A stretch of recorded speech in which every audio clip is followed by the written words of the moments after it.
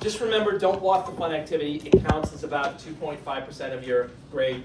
Low stress, okay? I mean, well, it's high stress for you, but he has to redeem himself. it's low stress. My advice is just study like you'd be studying for the lecture exam, and you'll be in good shape for the fun activity. Once again, you know, just by showing up, you'll get 80% on the fun activity. If you manage to get one question right, or if you're on the winning team, you'll get 100%, all that stuff. Probably everybody's going to get 100%. Don't stress about it.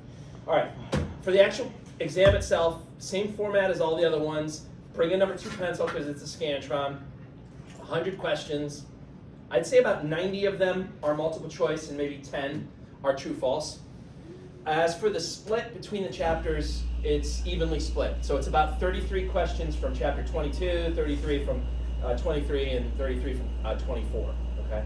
22 is lymphatic, 23 is respiratory, 24 is digestive.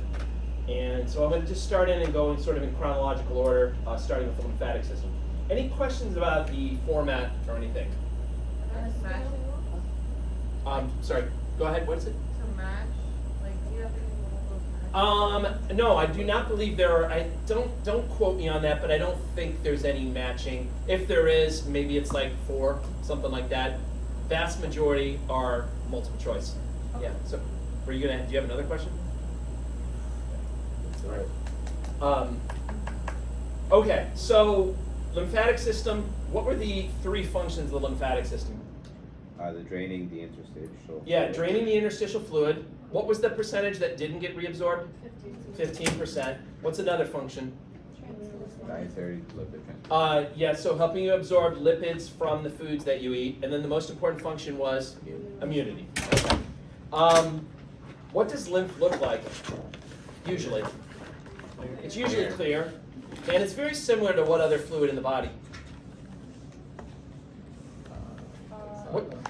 Yeah, it's really essentially the same as interstitial fluid. It's just that the name changes based on location. When you're just sitting around in the tissues, you're interstitial fluid. But the moment you get picked up by a lymphatic capillary, you're now called like lymph. With the exception of what's the name of that lymph that you have in your intestines that looks kind of milky colored? So that's called chyle, or would you say chyle? I honestly don't know. I'm not busting on you. I've heard it like pronounced all kinds of ways, but anyway, chyle or chyle, that's kind of got a milky white appearance, so that's a little bit different there.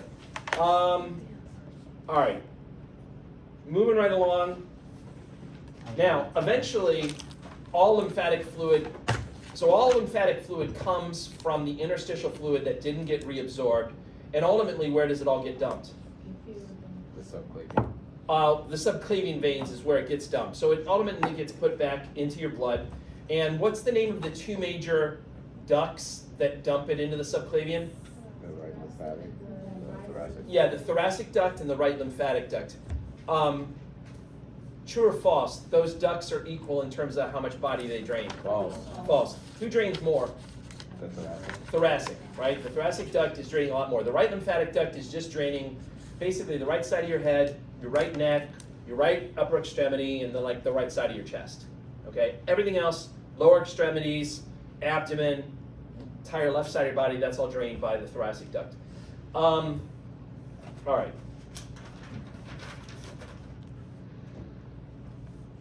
What makes lymphatic fluid flow in one word? Pressure. Pressure, good. Thank you. Pressure is what makes it flow. Is the lymphatic system a high pressure system?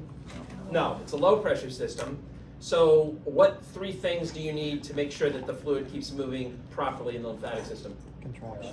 Valves. What else? The skeletal muscle pump and the respiratory pump. Same things that made blood flow through the venous system, right? We then talked about lymphatic organs, and we discussed what are called primary and secondary lymphatic organs. What happens at primary lymphatic organs? Immune cells develop. Yeah, that's where the immune cells are born, and that's also where they get their training, okay? And what are the 2 primary lymphatic organs? Yeah, thymus and red bone marrow, right? They're the primary lymphatic organs. What happens at secondary lymphatic organs then? Immune response. Yeah, that's where they do their immune responses, or it's kind of like where they go after they graduate and do their job, right? And they basically just sit in these secondary lymphatic organs, and they kind of wait around to see if they need to mount an immune response or not, right? What were some examples of secondary lymphatic organs? Spleen, lymph nodes, tonsils, Peyer's patches, all that stuff is a secondary lymphatic organ. All right, we talked about the thymus first. What's the nickname for the thymus? T-cell university, good. And you know, as the education process is taking place, there are dendritic cells that are helping with the education. There are specialized epithelial cells helping. And what was the graduation rate? 2%. We'll talk about the education process, which is called positive and negative selection at the end, but just put that in the back of your mind for now. Who has a really big thymus? Kids. All right, kids have a big thymus, and then it basically shrinks as you get older. Lymph nodes, we talked about next. Lymph nodes are like checkpoints or surveillance points for the lymphatic fluid. What's the name of the lymphatic vessels that bring fluid into the lymph nodes? Afferent lymphatic vessels, and the one that take it out are efferent. Which do you have more of, afferent or efferent? Afferent, which then causes the fluid to flow. How fast do the lymph nodes? Very Very fast. fast. Slow. More surface area means. No, it's slow, right? It's like a bottleneck on the highway, right? When you go from a bunch of like lanes that are open down to only one lane that's open, right? Things slow down. That's what's basically happening inside the lymph node. We then covered the spleen. The spleen, on one hand, kind of does for the blood what lymph nodes does for the lymph, right? It's kind of a checkpoint or surveillance point. If there's any microbes or bacteria or anything in your blood, as it goes through there are lymphocytes that live in the spleen and other white blood cells that could mount an immune response. So it's kind of checking out the blood the way that the lymph nodes checked out the lymph. What's the name of the area of the spleen that checks out, that's kind of involved in immune function? White bulb. Yeah, that's the white pulp, right? That's where the white blood cells are. What's the other area of the spleen called? Red bulb. Red pulp. And remember, that's one of the spots where old red blood cells can be taken out of the circulation, right? All right. Then we went like full into the immunity thing, and that's what we covered for the rest of the chapter. Immunity is like your body's defense system. What is it defending against? Viruses, what else? Bacteria, good, what else? Cancer. Cancer, all right? So it's protecting you against so-called foreign invaders like bacteria, viruses, fungi, things like that. But then also, just like when your own cells go rogue and become cancer cells, it's on the lookout for that too, okay? And what are the two main divisions of your immune Innate and system? adaptive. Innate and adaptive, right? Or innate is also known as non-specific, and adaptive is known as specific. Now, one way to look at immunity is to think of it as lines of defense. And you got a first line of defense, a second line of defense, and a third line of defense. And the first two lines of defense are provided by innate immunity, and then the third line of defense is provided by adaptive immunity, okay? Before we get into that, well, you know what? Let me think how I'm going to approach this. Before we get into that, just some fun facts about innate and adaptive. Which acts faster, innate or adaptive? Innate. Which gives you a tailored response to the specific bacteria or virus? Adaptive. Which one gets better over time? Adaptive, right? Because you create memory cells. Good. So the first line of defense, the second line of defense, they're provided by innate immunity. Third line of defense provided by adaptive immunity. What is the first line of defense? Your skin. Yeah, basically barriers. So not just your skin, I mean that's on the outside of your body, but like on the inside of your body, mucous membranes, they do kind of the same thing there. Those are sort of physical barriers. You also have chemical barriers. These are chemicals that hopefully will destroy things on the surface like sebum, lysozyme, gastric juice, that kind of stuff. If you break, that's arguably the best line of defense, right? Keep the infection out of your body in the first place. But if you break through the first line of defense, then you've got to rely on the second line of defense. And that's when you get involved in certain antimicrobial chemicals like interferons, the complement system. What kind of cells are involved in the second line of defense? Natural killer cells are going to get involved in there. What else? Phagocytic cells like neutrophils, macrophages, etc. But again, this is still part of the innate immunity, so it's not trying to identify the specific bacteria or virus. It just knows that these are not a part of you, so it's going to try to attack it. This is also where you get inflammation involved. What are the 4 cardinal signs and symptoms of inflammation? Redness. Redness, Pain. pain, swelling, and heat. Okay, those are the 4 cardinal signs. Chemicals that promote inflammation include histamines, kinins, as well as, what were the, I'm blanking on the name now. What are the icosanoid hormones that you learned about in the endocrine chapter? Prostaglandins and, starts with an L, leukotrienes, right? Those are also promoters of inflammation. And then the complement system also promotes inflammation. The second line of defense is also when you get fever involved. Fever is kind of controversial, but for those that are proponents of fever, they say that the beneficial effects, it increases the effect of antimicrobial chemicals in your body. It inhibits the growth of certain bacteria and viruses, and then it also speeds up reactions that help you heal up the body. So those are the possible benefits of raising your body temperature to have fever. So that was the second line of defense. Then, if that doesn't work and you break through that, then you got to go to the third line of defense, which is provided by adaptive immunity. So let's talk about adaptive immunity now. When you hear adaptive immunity, what kind of immune cells should you think of? What'd you say? What kind of immune cells should you think of when you hear adaptive immunity? Lymphocytes. Think lymphocytes, okay? And there were 2 branches to adaptive immunity. What's the branch that's good against intracellular infections or against viruses? Things like that. That's the cell-mediated immunity, okay? And that's when you should think cytotoxic T cells. So all of those things, think of those all in the same group. Intracellular infections, which usually mean viral infections, that's going to be handled by cell-mediated immunity, and that's going to involve the cytotoxic T cells. The other branch is called what? Antibody. Antibody-mediated immunity. And what kind of problems are antibody-mediated immunity good against? Not intracellular infections, but extracellular infections, which usually means bacterial infections, okay?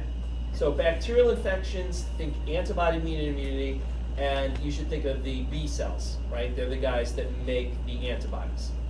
So those are the 2 branches, and those are the 2 cell types involved, cytotoxic T cells and then B cells. What's the name of the type of lymphocyte that actually gets involved in both branches? T helper cells, right? They assist and make both branches work faster and more smoothly. And that's why, what disease targets T helper cells? HIV. It knocks out the T helper cells and leaves you profoundly immunosuppressed, right? Because it affects both branches. Now, when you get the adaptive immunity involved, essentially whatever bacteria or virus you're infected with is going to be picking the lymphocytes that were designed to fight against it. All of the other lymphocytes that are trained to fight against different bacteria viruses, they basically have the day off. Okay? What's that process called where essentially the infection is picking the guys that are going to fight against it? That's called picking the winner. No, it's not called that. It's called clonal selection. Okay, that's clonal selection. It's whatever the bacteria viruses that you're infected with is basically selecting the T cells or the B cells that are designed to fight against it. That's clonal selection. And remember, once they're picked, that group is going to make more of itself. That's called proliferation. It's going to undergo mitosis. And at the same time, it's going to differentiate. And that's going to, and some of these cells are going to be handling the current problem. They're called effector cells or active cells. And then some of the cells are going to live for a long time and remember that you had that infection. Those are called memory cells. Okay? So clonal selection, you choose the specific one that fights against that infection. It makes more of itself. That's called proliferation. It differentiates into active cells and into memory cells. Okay? Now, let's talk about then the T cells and the B cells. And remember, T cells are kind of a pain in the ass. T cells are much more high maintenance than B cells, and that's because they just won't believe you have an infection going on. You got to convince the T cells that there's an infection going on by showing the infection to them, right? And that's referred to as antigen processing and presentation, okay? So to get a T cell convinced, you got to have another body cell show them that the infection's going on, right? And when another body cell does that, it's got to do two things. It's got to show the foreign antigen, but then it also has to show what?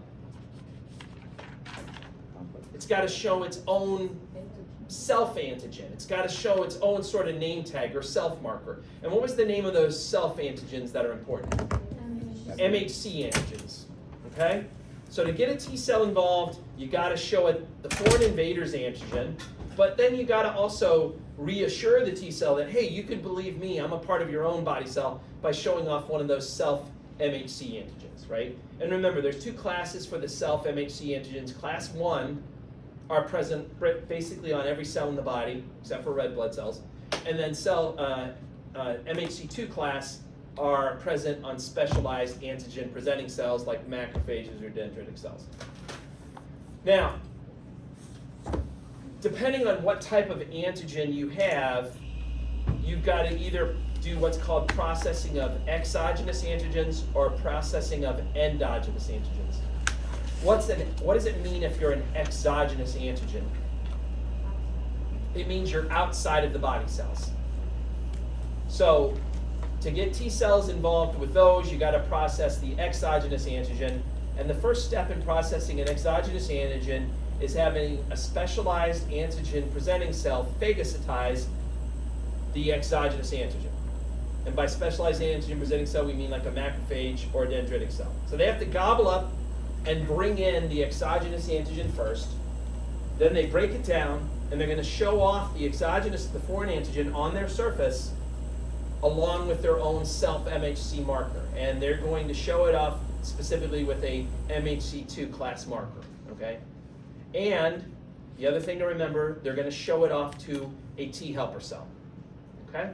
So exogenous antigen processing, dendritic cell, macrophage, gobbles up the foreign invader, breaks it down, shows off the foreign antigen in association with MHC2 classic self markers, and is going to show it to a T helper cell to try to get the T helper cell convinced to get involved.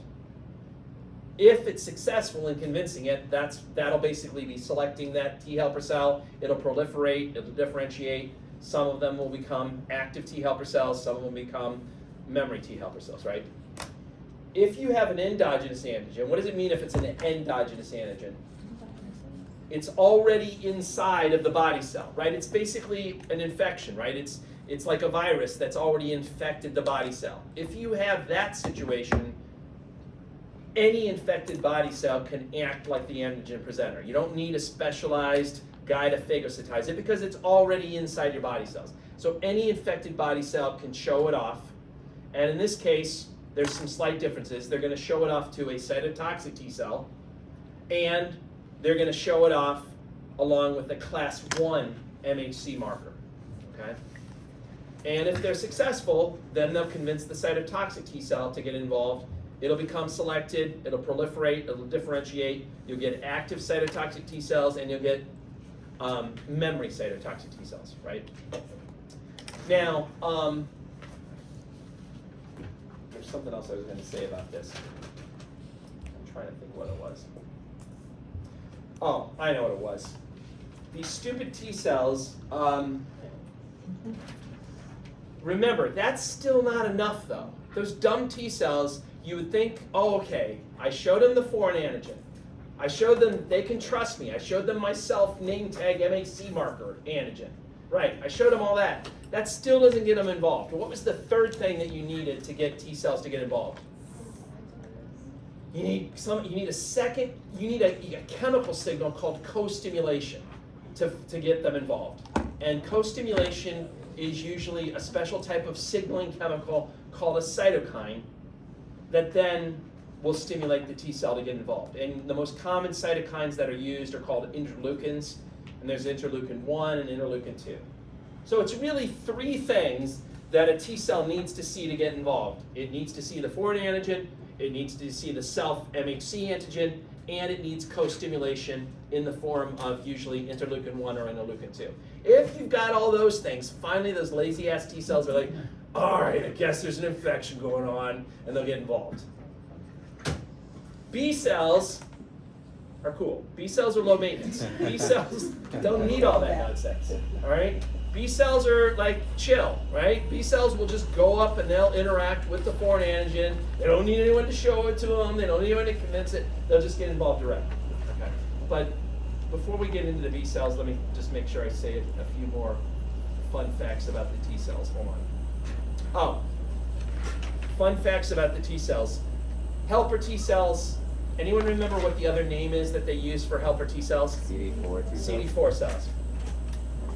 Last time I was working at the hospital, I think that was the more common term for it. Like if you do a blood test, you'll look for like CD4 counts and not for T helper cell counts. That may have changed, but that used to be. And then what's the other nickname for cytotoxic T cells? CD8. CD8 cells. Okay, just something to be aware of. Now, remember when a cytotoxic T cell kills, unfortunately, it usually kills the whole cell and the virus that's inside of the cell. Unfortunately, it does. I guess they haven't figured out a way to just selectively kill the virus inside while saving the cell. So they will kill the whole thing, right? That's how cytotoxic T cells work. Cytotoxic T cells are also good against looking on the lookout for cancer cells. Unfortunately, cytotoxic T cells are also the guys that cause transplant rejections. So when you get a kidney from another person or you get a heart from another person and you reject it, it's usually the cytotoxic T cells to blame. Okay. All right, let's talk about B cells now. So B cells, low maintenance, they don't need all this nonsense of antigen presenting and processing. They can do it all on their own.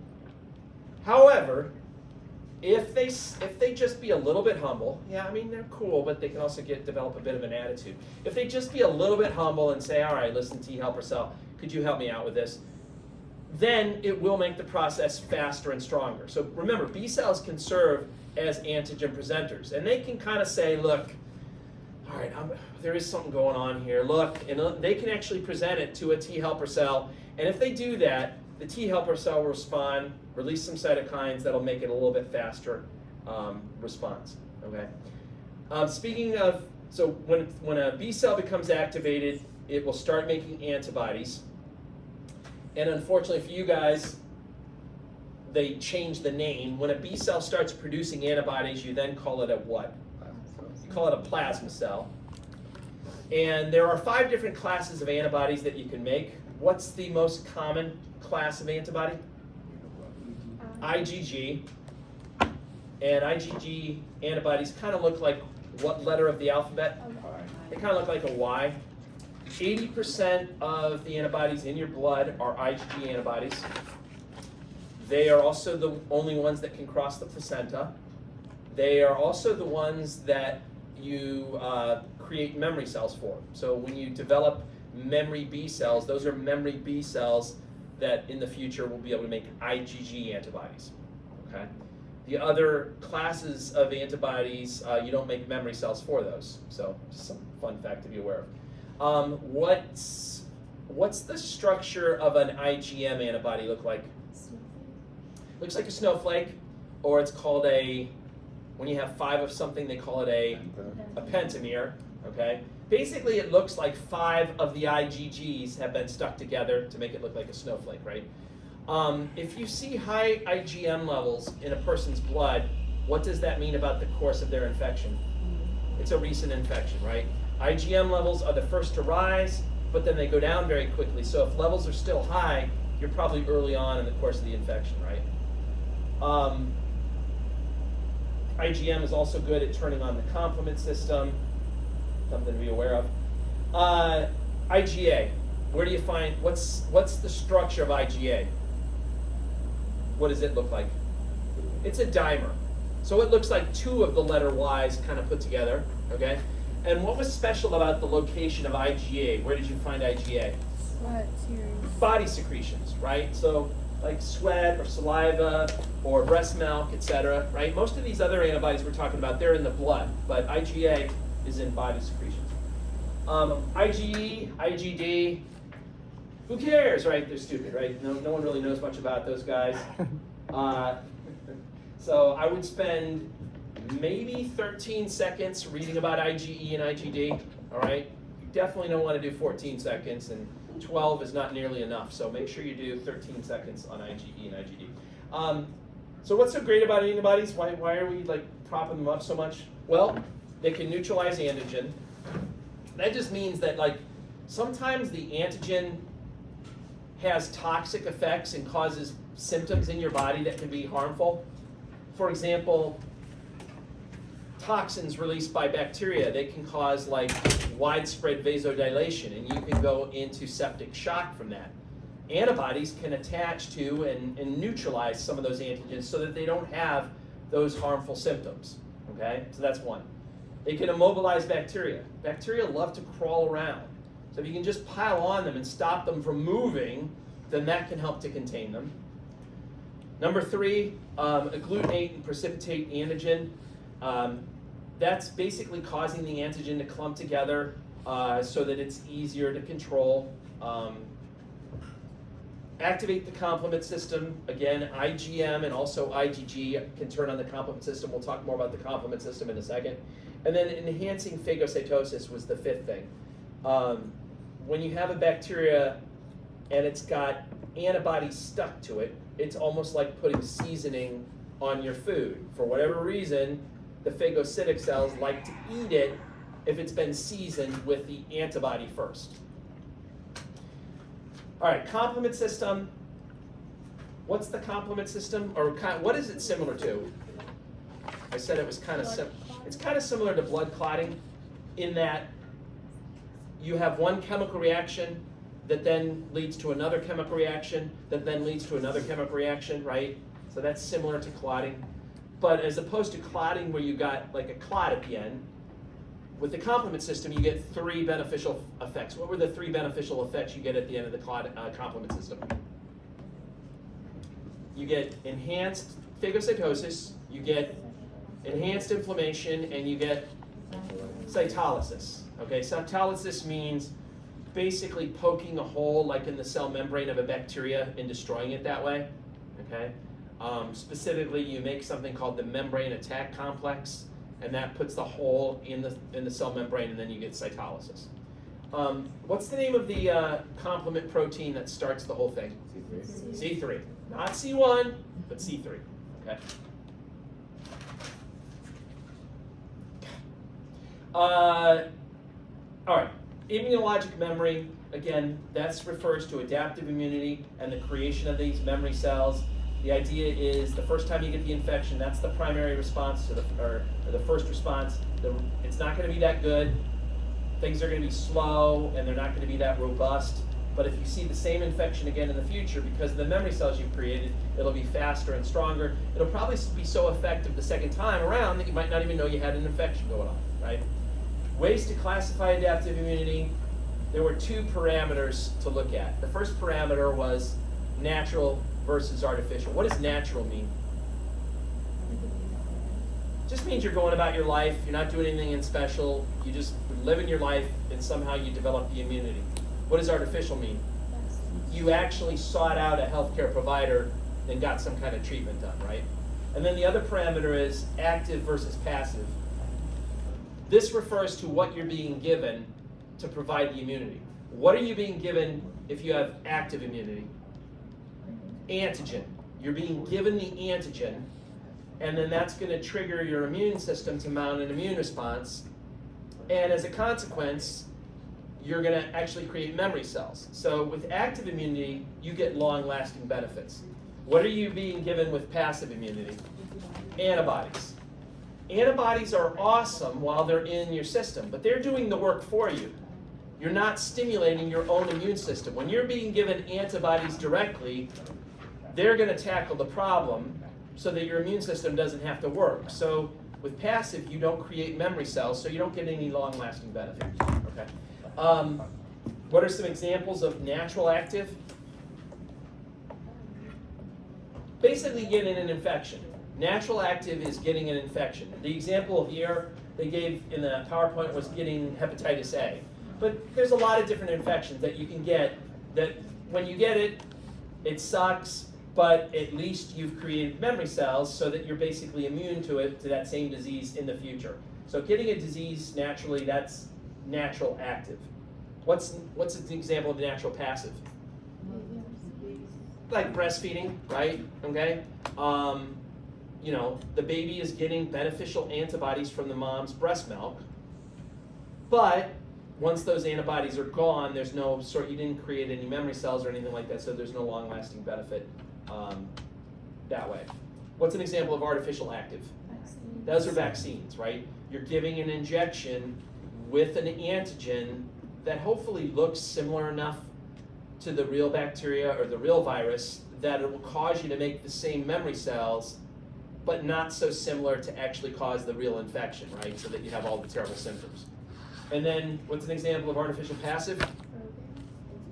RhoGAM, or giving somebody a commercial preparation of antibodies, right? It could be RhoGAM, or what was the example I gave in class? Snake antivenom, right? When you get bit by a poisonous snake, they're going to give you an injection of commercially prepared antibodies that will hopefully neutralize that snake venom so that you don't die from it, okay? Does that mean you can go out and start petting poisonous snakes in the future?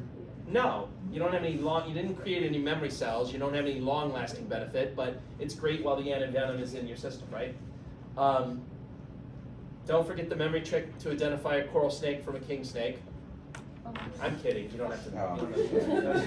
That's just me going on a tangent there, like I so often do. All right, self-recognition and self-tolerance. Self-recognition means recognizing your own body cells, and then self-tolerance means not attacking your own body cells, right?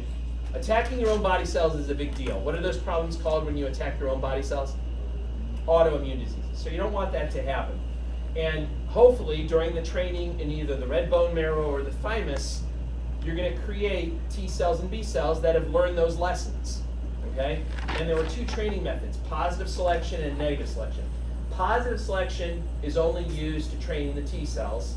Negative selection is used to train both T cells and B cells. With positive selection, you're testing the T cells to make sure that they can recognize self-MHC antigens. Why? Well, remember, T cells always need to have antigen presented to them, and they need to be able to identify self-MHC markers. So you need T cells to pass that test in order to be effective, right? So that's done through positive selection. Only the T cells that can recognize self-MHC get to survive and pass the test.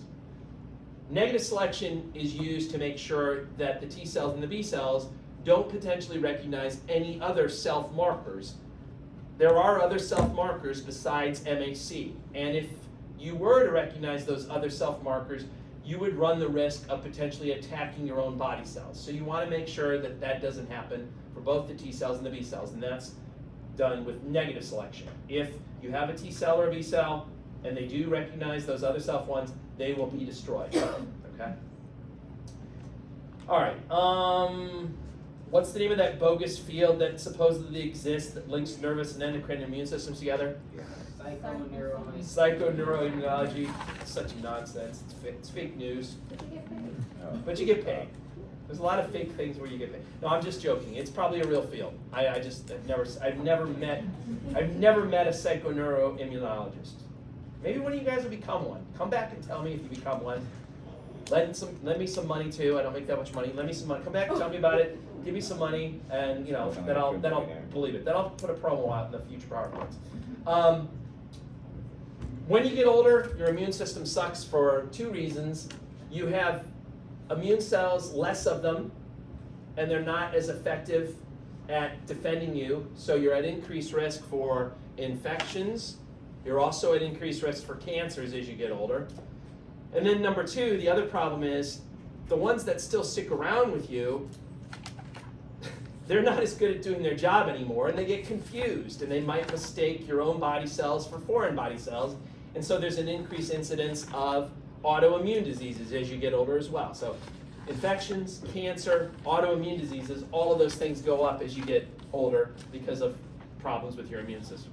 All right, that took a long time. Any questions about that? I just have a quick question though. Yes. So when you get vaccines, is there a reason why you always give a shot on your shoulder? There's usually like a fair amount of muscle mass for the deltoid muscle, and they're usually trying to do an intramuscular injection, but they don't have to go there. I mean, they could go, when you're a little kid, you get it in your butt sometimes, right? Your gluteal muscles. You can do that when an adult if you want to. That'll really throw them for a loop. Next time you're in CVS and they want you to do this, just turn around and pull your pants down and say you like it in your gluteal muscle. Get him out of here. Try that out and see how that works. Get him out of here. Here's the other thing too. There's usually not a lot of fat right here too, so you can go right into the deltoid muscle versus, I think as we all know, in your gluteal muscles, there's also a significant amount of fat. So you'd really have to need like a long needle before you actually hit the gluteal muscle, okay? But try that at CVS next time. Take a video, that would be hilarious. Take a video. I'd love to see them try to see what they do. I can picture Norwalk police being called. I mean, a lot of things. I actually knew that you could get like shots through your butt, and I actually didn't know that. Yeah. Not from personal experience. Why they don't pick other muscles, I don't know. Like, why don't they go for your quad or what? I think it probably has to do with like the muscle being close to the surface, not a lot of fat, that kind of stuff. And it's just easier too, Yeah, it's just that you roll up, right? But you could ask for anything. I mean, you could ask for your masseter, have them shoot it in here. Like, you can really go nuts with it. Do your trapezius, whatever. Really go crazy with it. All right, respiratory system. Let me try to cruise through this. So, the respiratory system.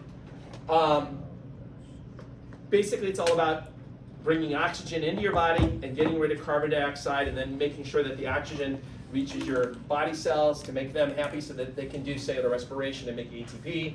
And then also being able to pick up the carbon dioxide that they're giving off as a waste product and eventually, get that out of your body.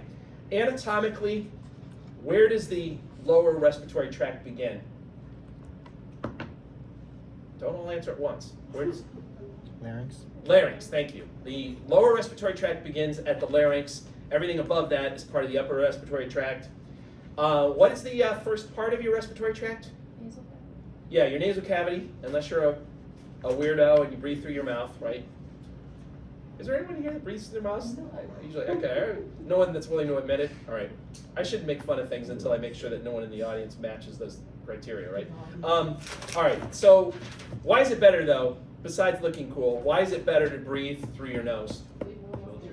It filters the air, it warms it up, it humidifies it, so there is a reason for that.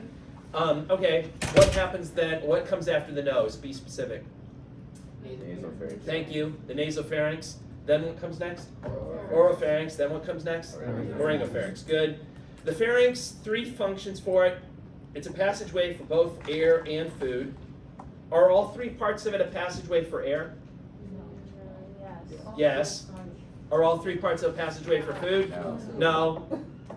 Unless you do some weird YouTube challenge or whatever. Pharynx is a resonating chamber for your voice. It helps amplify your voice. And then it's also the location for your tonsils, right? So all of those things. What comes after the pharynx? That's what they said in the class this morning, and I was so disappointed. No, what comes after the pharynx? No, buddy. Larynx, thank you. The larynx comes after the pharynx. Okay. I mean, you will be right when we talk about the digestive system, and we're talking about the respiratory system. So after the pharynx comes the larynx. What kind of tissue is the larynx made out of? Cartilage. Cartilage. How many pieces of cartilage make up the larynx? 9. What's probably the most important piece of cartilage of the 9? Thyroid cartilage. I'm surprised you said. Why did you guys all say thyroid? Big. Big. Big. That's good. Oh no, it's corticoid. Epiglottis, right? The epiglottis is the most important one because it stops you from choking, right? It has to block over the larynx when you swallow, so that's the most important one. All right, next we have, what comes after the larynx? The trachea. Remember, it's got semicircular cartilage rings. Where is the position of the trachea relative to the esophagus? Anterior. So the trachea is anterior to the esophagus. What comes after the trachea? Be specific. Primary bronchi. The primary bronchi, right? Now, if you had like an endoscope down or a bronchoscope, and you were looking down someone's trachea, what would you see at that spot where the right and left primary bronchi branch off? You'd see something, a sharp ridge called the carina. That's an area that's very sensitive for the cough reflex. There's a lot of sensory receptors there. And then you go into the right and left primary bronchi. The right goes to the right lung, the left goes to the left lung. Then what comes after the primary bronchi? Secondary bronchi. What's the other name for the secondary bronchi? Lumbar? Lobar? Lobar. Lobar. Yeah, because you know lumbar is your lower back, right? Okay. Lobar bronchi. And how many lobar bronchi do you have on the left side? Two. And how many on the right? Three. So each one's going to a different lobe, right? What happens after the what comes after the lobar bronchi? Tertiary, also known as segmental bronchi. What comes after the segmental bronchi? The bronchioles. How many divisions of bronchioles happen? 22 divisions, until eventually you'll get into your little alveoli, and that's where the gas exchange is going to happen, right? Now, as you go down, remember that initially you'll have lots of cartilage in the wall. What's the purpose of the cartilage in the wall, by the way? It's just there because it's cool. We like cartilage. Like, why is cartilage in the wall of your respiratory tract? To keep it. To what? Protect? Not protect. To keep it open, right? To keep it open. You don't have cartilage in the wall of your esophagus because, think about it, right? Are you breathing all the time? Yes. Are you eating all the time? No. May feel like that, but you're not. So cartilage is there to keep the airways open, right? But eventually, cartilage becomes a problem as you get closer to the alveoli because it just gets in the way of the gas exchange. So gradually, the cartilage will disappear. And as the cartilage disappears, you'll encounter more smooth muscle. What does the sympathetic division do to the size of your airways? Airway dilation. It increases it. So the sympathetic will relax the smooth muscle, and that'll dilate your airways. What does the parasympathetic do? It constricts, right? It tightens them up. All right.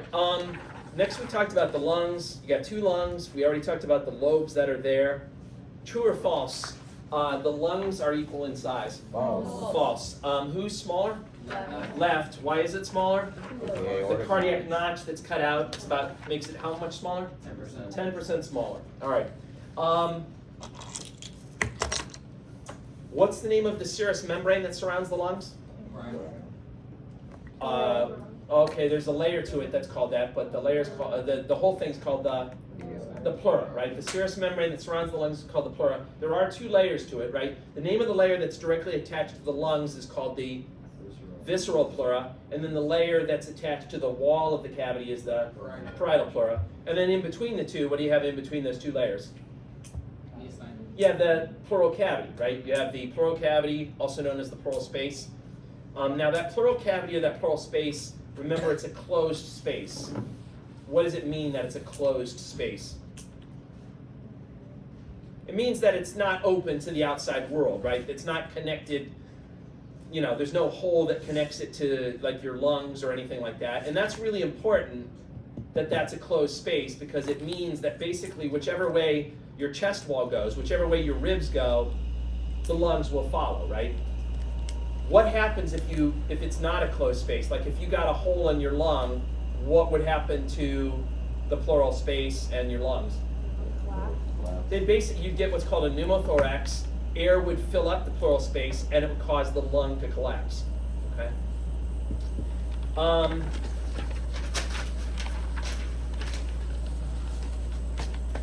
Eventually you get to the little alveoli, like I said. That's where the gas exchange takes place. On your way to those little alveoli, you'll encounter terminal bronchioles, which then turn into respiratory bronchioles, which then turn into alveolar ducts, which then turn into alveolar sacs, and then finally you have the little individual alveoli. Remember, as that's happening, the thickness of the epithelium is going to change. The epithelium is going to, when you're up in your like trachea or your nose or your larynx, it's going to be like a columnar type of epithelium.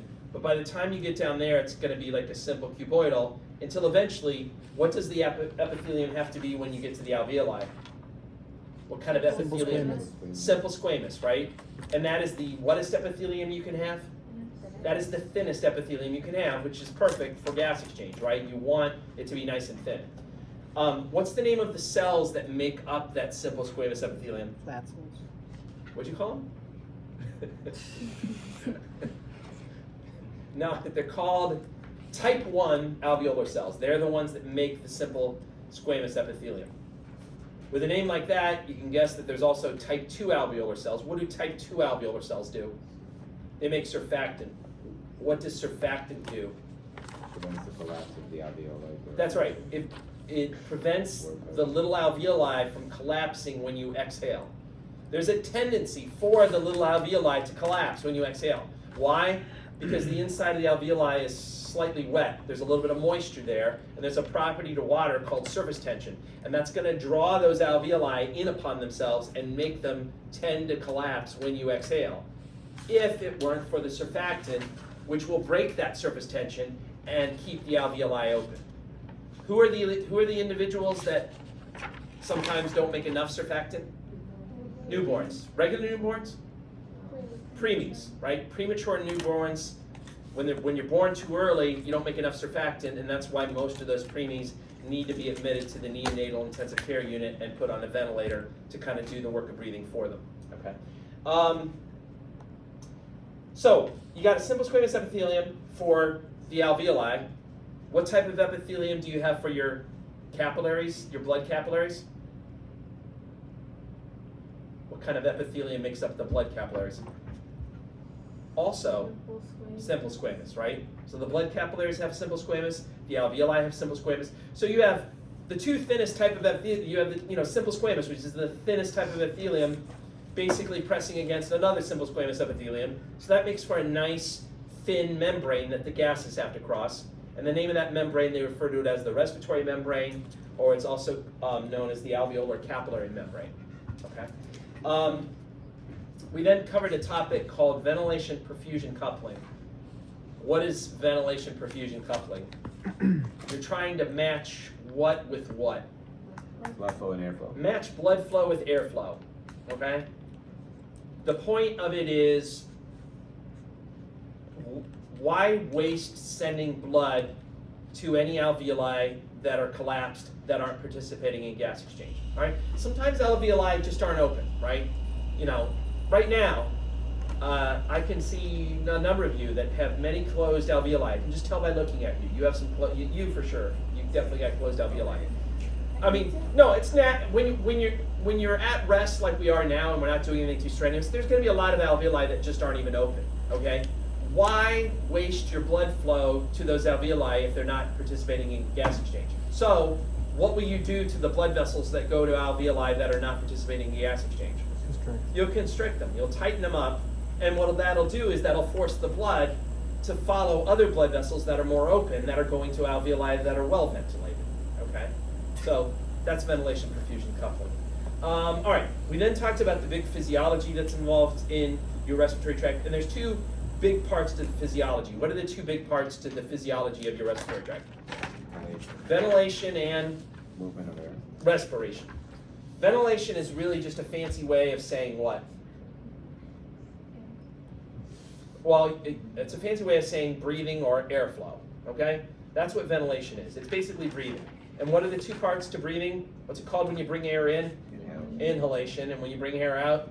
Exhalation. Or you could use the words inspiration and expiration, right? So that's what ventilation is. And then what's respiration? That's the actual gas exchange. That's getting the oxygen to come into your body and the carbon dioxide to go out of your body, or it's doing the gas exchange at your tissues. Remember, there's two types of respiration. The respiration that happens in your lungs is called what? it's called external respiration, or it's also called pulmonary respiration, okay? And during that, right, oxygen is moving from the alveoli into the blood capillaries, and carbon dioxide is moving from the blood capillaries into the alveoli. And then what's the other type of respiration called that happens when the blood gets pumped out to your tissues? Internal. That's internal respiration, or it's called tissue respiration, or it's called systemic respiration.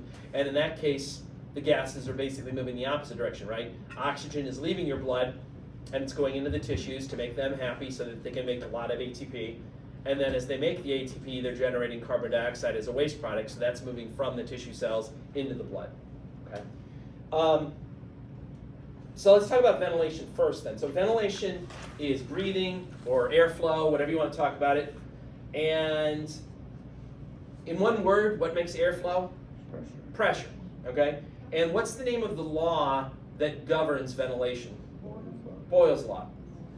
Boyle's law basically states that as you make the size of the thoracic cavity bigger, as you increase the volume of your thoracic cavity, that will make the pressure go down inside of your little alveoli. Or vice versa. As you make the size of your thoracic cavity smaller, as you decrease the volume of your thoracic cavity, that'll make the pressure inside of the alveoli go up, okay? So by changing the volume of your thoracic cavity, which you do using your breathing muscles, your diaphragm and the other ones, you're directly changing the pressure that's inside the alveoli. And then you simply have to compare that pressure with whatever the atmospheric pressure is. And when you're at sea level, like we are in Fairfield County, what's the value for the atmospheric pressure?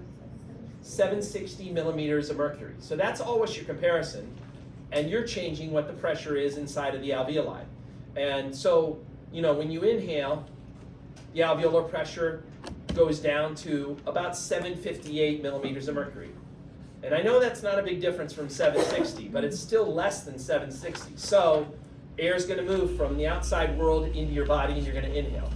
When you exhale, the alveolar pressure goes up to about 762, which is greater than 760. So the air is going to move from inside your lungs out to the outside environment. Okay? That's all based on Boyle's law. Keep in mind, what's the primary breathing muscle? The diaphragm. All the other ones are considered accessory. Okay? So pressure, that's what makes air flow. But there are some other factors that can influence ventilation. There were 3 that were discussed. One of them, the first one we already discussed, that's the surface tension of the alveolar fluid. Again, there is a natural sort of collapsing effect that's going on. All of those alveoli, every time you exhale, they kind of want to collapse because of the surface tension of the water moisture that's inside the alveoli. But the surfactant does its job, and it makes sure that they all don't collapse every time you exhale, so that's important. So that contributes to airflow, that natural sort of recoil effect of the alveoli. Another thing is what's called the lung compliance. What does lung compliance refer to? How stretchy the lungs are. Are normal healthy lungs stretchy? Yeah, because they have a lot of elastic fibers in them. So they have a high lung compliance. They stretch really well. But if you're like a smoker, or if you have other possible, it's not just smokers, but there are other weird diseases you can get called restrictive lung diseases, where the elastic fibers get replaced with collagen.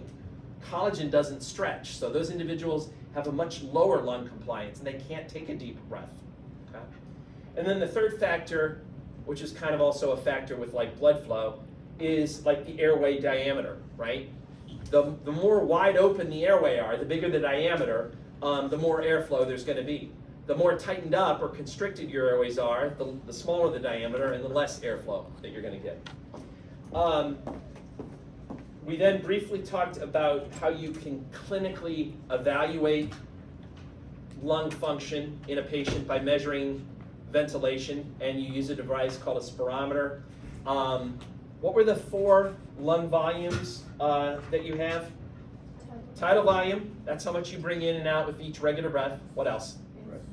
IRV. Inspiratory reserve volume, that's like the maximum amount of air above and beyond the tidal volume that you can inhale. What else? Expiratory reserve volume, that's the amount of air beyond the tidal volume that you can exhale. And then what's the name for the volume that you basically can't touch? The residual volume. If you add all 4 of those volumes together, what do you get? You get, if you add all 4 together, you get the total lung capacity. If you add all of them together except for the residual volume, you get the vital capacity. Okay. True or false? All of the air that you inhale reaches the alveoli. False. Okay. Remember, what percentage actually reaches the alveoli? 70%. Okay, and that's important because that's the only part that you're going to actually be able to do gas exchange with. If you don't reach the alveoli, you're not doing gas exchange. All the other 30% is basically stuck in places where there are no alveoli, like, you know, the trachea or the larynx or the other big bronchi or whatever, right? What's the name of that area that doesn't participate in gas exchange? You can go by. You can call it the conducting zone, or a more colorful name is the anatomic dead zone, right? Or just zombies roaming around there. All right. All right, the next part of the puzzle is respiration. Respiration means gas exchange. Who are the 2 guys that had to create laws to talk about this? Dalton and Henry. So Dalton's law, so the thing that makes gas exchange happen is, again, pressure. But in order to figure out gas exchange, you have to look at the pressures of the individual gases that you're talking about. So if you want to figure out gas exchange for oxygen, you got to figure out what the partial pressure is of oxygen. Or if you want to look at gas exchange for carbon dioxide, you got to look at the partial pressure of carbon dioxide. And the issue is, or the problem is, are we breathing pure oxygen or are we breathing pure carbon dioxide? No, we're breathing a mixture of gases. So in order to kind of figure out respiration, you got to figure out what the individual pressure is for oxygen in this mixture of gases, okay? And that's where Dalton's law comes in. Dalton's law basically says when you have a mixture of gases, each gas exerts its own pressure as if no other gases are present. Or another way of looking at it is, if you take the individual pressures of all the gases and you add them together, then you'll get the total pressure of the mixture. And again, if you're at sea level in Fairfield County, that total pressure is 760 millimeters of mercury, okay? So Dalton's law helps you figure out, say, what the individual pressure for oxygen would be, or what the individual pressure for carbon dioxide would be. Couple of little details to know here. There was that table there. I told you don't have to know everything about that table, but I did want you to know a few things. First of all, what is the most common gas in the air that you breathe? Nitrogen. What percentage does nitrogen make up of the air that you breathe? About 78%, okay? What percentage does oxygen make up? About 21%, okay? So big difference there. All right, so that was Dalton's law. The other law is Henry's law. Henry's law basically states that when you want to do gas exchange, you know, from in the alveoli, and you want to move the gases from the air that are in the alveoli and into the blood, you're moving from a gas into a liquid. Henry's law states that yes, you have to look at the pressure, but that's not enough. You also have to look at the natural solubility of the particular gas that's trying to move. And therefore, just because you have a gas that has a high pressure, it doesn't mean a lot of it will end up in your blood if it has a low solubility. And a perfect example of that is nitrogen, right? Nitrogen's got a huge partial pressure, but you don't usually have much of it in your blood, at least at sea level, because the solubility of nitrogen is so low, right? All right. All right. Now, when the gas exchange happens, again, you're just looking at where the partial pressure differences lie. So in the lungs, the partial pressure of oxygen in the alveoli is higher than the partial pressure of oxygen in the blood, so that's why oxygen moves from the alveoli into the blood. For carbon dioxide, it's just the opposite. The partial pressure of carbon dioxide in the blood is higher than in the alveoli, so carbon dioxide moves from the blood into the alveoli and you exhale it. When you look at internal respiration or tissue respiration, right, it's basically flipped. Oxygen will have a higher partial pressure in your blood than in your body tissues, so oxygen will move out of the blood and into your tissues. Carbon dioxide will have a higher partial pressure in the tissues and lower in the blood, so it'll move from the tissues into the blood. The next part of the equation that you have to look at is how these gases are transported in your blood. What's the main way that, we already covered this in a previous chapter, but what's the main way that oxygen is transported in your blood? By attaching it to hemoglobin. What percentage of the oxygen in your blood is attached to hemoglobin? 98.5% is attached to the hemoglobin, which means that 1.5% is just sitting out in the plasma. It's dissolved in the plasma. Now, even though only 1.5% is dissolved in the plasma, that's still, in some ways, the most important part, because that's the only part that can cross the wall of the capillary and get into the tissues, right? Hemoglobin's awesome. I'm not hating on hemoglobin, but hemoglobin is just a transporter. It has to remember, let go of the oxygen once it gets out to the tissues, and we'll talk about that in a second, but that's called, oxygen hemoglobin dissociation. You have to have the hemoglobin let go of it in order to get out there. What about for carbon dioxide? What's the main way that carbon dioxide is transported in your blood? In the form of bicarbonate, okay? 70% of the carbon dioxide in your blood is converted into bicarbonate, and that's how it's transported. 20% is carried, 23%, let me be precise. 23% is carried attached to hemoglobin. Now, is that the same binding site where the oxygen attaches to hemoglobin?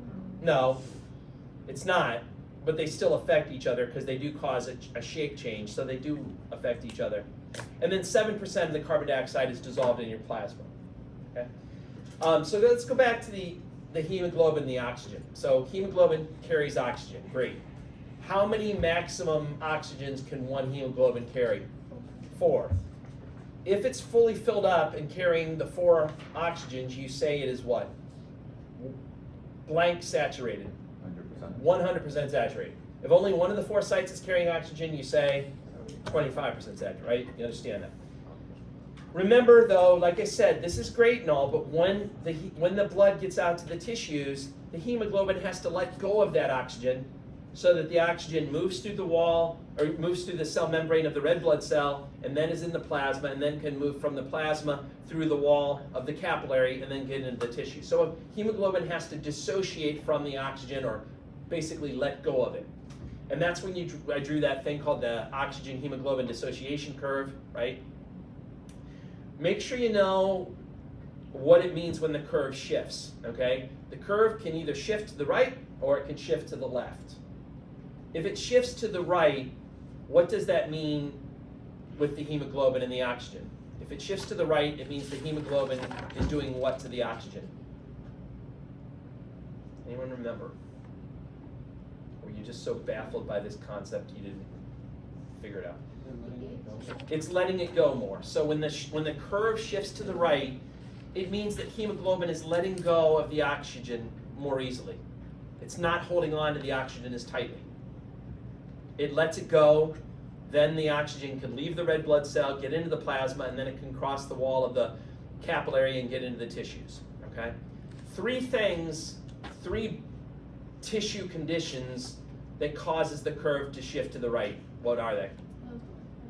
Low pH, high CO2, and a high temperature, okay? Low pH, high CO2, and high temperature make it shift to the right.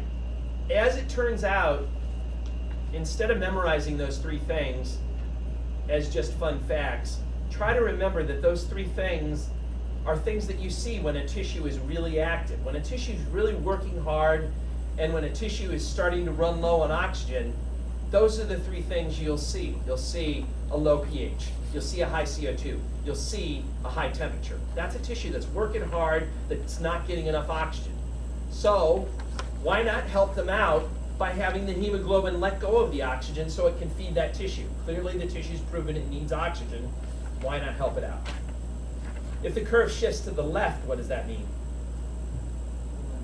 it's holding onto oxygen more tightly, okay? And the things that are going to make that happen are basically just the reverse of the other things, right? So, bless you, a high pH, a low CO2, or a low temperature. Those shift the curve to the left.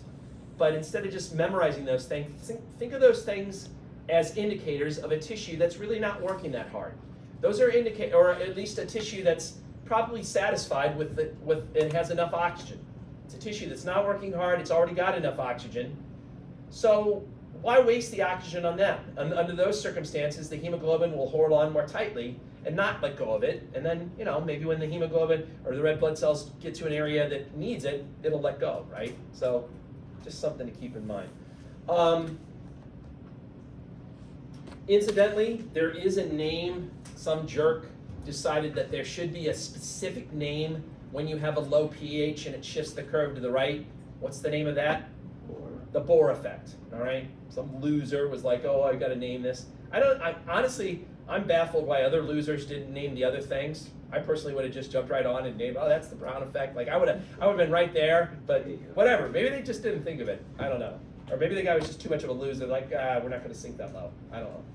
All right, where are the control centers for breathing located? Like South Norwalk, where are they located? The medulla and the pons. The medulla has the medullary rhythmicity area that controls the basic respiratory patterns for breathing, for inspiration and expiration. The pons, on the other hand, has like some adjustment centers. It has a pneumotaxic center that basically prevents your lungs from overexpanding. It also has an apneustic center that kind of controls the switch from inhalation to exhalation. All right, other stuff to tell you about asthma. Asthma is hyperreactive airways. Basically, a person with asthma has airways that are really sensitive to maybe allergens that are in the air, or sometimes it's cold temperatures. There's a variety of things that can trigger it. And you get a spasm of the smooth muscle that's in the wall of those small airways, and they tighten up, and that's when a person has an asthma attack and they become short of breath because they can't move the air in. And it helps to have like a rescue inhaler like albuterol or something around to give you a quick burst of sympathetic stimulation, which will then dilate those airways. Chronic bronchitis and emphysema, those are diseases seen mostly in cigarette smokers, and collectively they're grouped together and referred to as what? COPD, chronic obstructive pulmonary disease. All right, that's all I want to say about the respiratory chapter. I'm going to go on now to the digestive chapter. 6 basic processes that take place with digestion. Ingestion, which is just a fancy name that means what? Eating. Can't believe they haven't made that more complicated, but they did. Secretion, that refers to releasing like saliva, stomach acid, stuff like that. Mixing and propulsion, that refers to the muscular contractions that either mix up the food or help move it forward. Digestion, obviously, that's what the whole system's named for. That refers to both chemical digestion using enzymes and things, as well as mechanical digestion, using muscles, things like mastication, chewing, things like that. Absorption, that's the ultimate goal, right? You want to break these things down to get them small enough so you can actually absorb them. That's mostly going to happen in the small intestine and also in the large intestine a little bit. And then whatever you have left over that your body decided it didn't need, you're going to defecate, right? So defecation is the 6th thing. 4 general layers to the wall of the GI tract. What's the innermost layer called? Mucosa. And it's going to be made up of an epithelial layer, then the lamina propria, then the muscularis mucosae. What's the name of the layer you have underneath the mucosa? Submucosa. There's probably going to be blood vessels in there, lymphatic vessels. There's also probably going to be glands there. You may have a lot of glands like Brunner's glands. It's also the spot where you may have like lymphatic nodules like the Peyer's patches, right?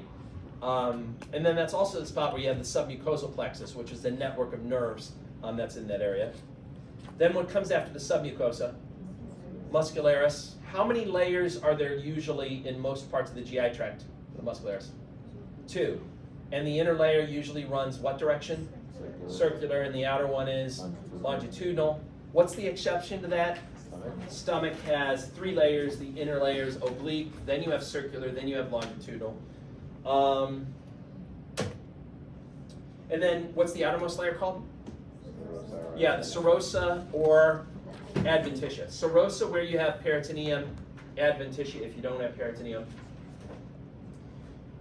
All right. Peritoneum, I mentioned that again. The peritoneum is a serous membrane. It creates slippery, smooth surfaces so things can slide around. What's the largest peritoneal fold? Greater omentum. What's the name of the fold that helps hold the liver in place? That's the falciform ligament. Good. Mouth is where the digestive system starts. You start with mastication, chewing, right? You also release saliva. Saliva is mostly just what? Water. With other things, you know, there is an enzyme in there that breaks down starch called amylase. You also have like IgA antibodies inside there. Moving right along. Also inside your mouth, you have those white things. What are they called? Teeth. Good. How many teeth do you have when you're a baby? 20. How many do you have when you're an adult? 32. Good. After the mouth comes the pharynx. We talked about deglutition. What does deglutition mean? Swallowing. The first phase is voluntary or oral. The second phase is pharyngeal, and the third phase is esophageal. Pharyngeal, what are the 2 things, is maybe the most important phase, what are the 2 things that you need to block off where you don't want food to go during the pharyngeal stage? You got to have the epiglottis to fall back to block off the larynx and the respiratory tract. And what else do you want to block off? The nasopharynx. You want to have the soft palate rise up and the uvula rise up to basically block off the nasopharynx, right? And then you get into the esophageal stage, right, when the food goes down through there. Esophagus itself is basically just a food tube. There's no digestion or absorption going on there. You have the 2 sphincters, the upper esophageal sphincter, the lower esophageal sphincter. What's the problem that people sometimes get with the lower esophageal sphincter? GERD, right, gastroesophageal reflux disease. You get into the stomach. The stomach is designed to hold a lot of food. It can expand. Again, what's the name of the little folds that allow it to expand? Yeah, the rugae, right? The rugae allow it to expand. Stomach has a number of cells that produce important secretions. What's the name of the cells that produce the hydrochloric acid and the intrinsic factor? Parietal cells. What's the name of the cells that produce gastrin? G cells. What's the name of the cells that produce pepsinogen and lipase? Chief cells. Good. Not to mention there's lots of mucus cells that secrete mucus to protect the stomach from its own acidity. Intrinsic factor is important for allowing you to absorb what vitamin? B12. Okay, we moved our way along. Next thing we covered was the pancreas. Remember, it's connected to the duodenum by the hepatopancreatic ampulla. That's kind of a joint connecting spot for where the main pancreatic duct and the common bile duct meet. There's also accessory ducts that connect and then release the secretions into the duodenum. Remember, the pancreas makes enzymes, makes sodium bicarbonate. They're all really important for the digestive process. They're also helpful in raising the pH of the chyme that's coming from the stomach. Pancreas has many different digestive enzymes: amylase, which digests starch, trypsin, chymotrypsin, carboxypeptidase, elastase. Those are going to digest proteins. And then lipase, which digests fat. Before the lipase can get to work, though, what other chemical do you need to help things out? You need magic chemical number 17. No, it's not magic chemical 17. It's what?